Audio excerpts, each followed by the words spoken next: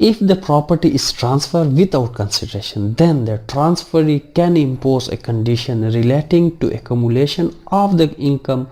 wholly or partially for a term not more than 18 years or till the transfer life।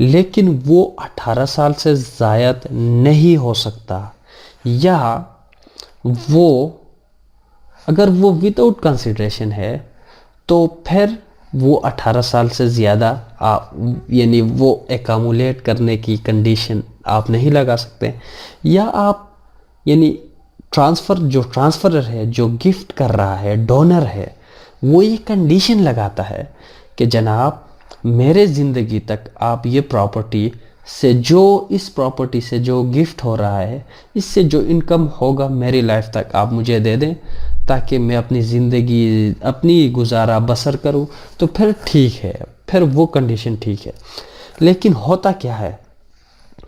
میں آپ لوگوں کو example دینے والا ہوں۔ if it is for consideration then the accumulation will be made according to contract.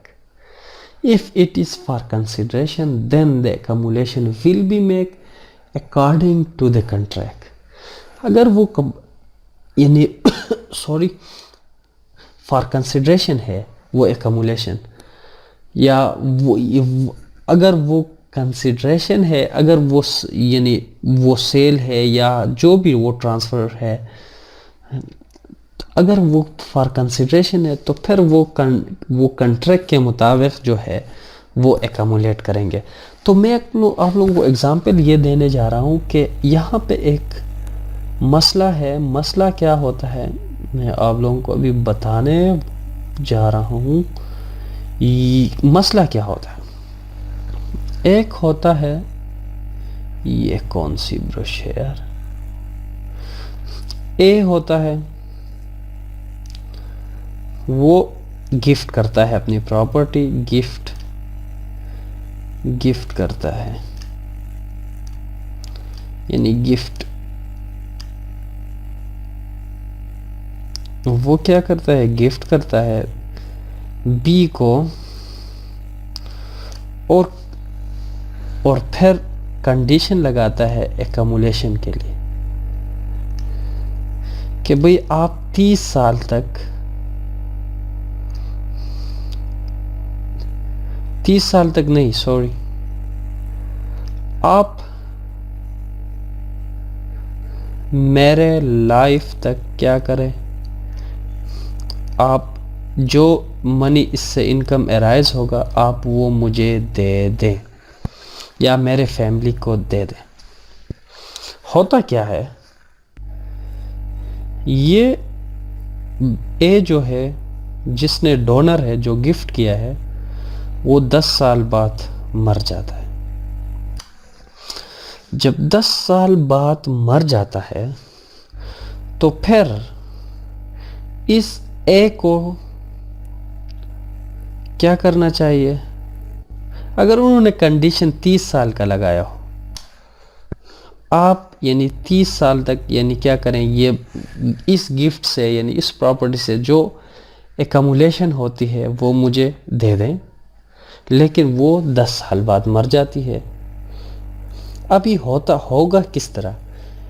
قانون کہتا ہے کہ آپ یعنی 18 سال تک آپ اس فیملی کو کیا کر سکتے ہیں، وہ منی ایکمولیٹ کر سکتے ہیں، یعنی 18 سال سے زائد نہیں کر سکتے۔ تو یہی جو ہے وہ کنڈیشن ہے جو آپ لوگوں کو سمجھنے کی ضرورت ہے۔ پہلی بات یہ ہے کہ آپ 18 سال سے زائد کیا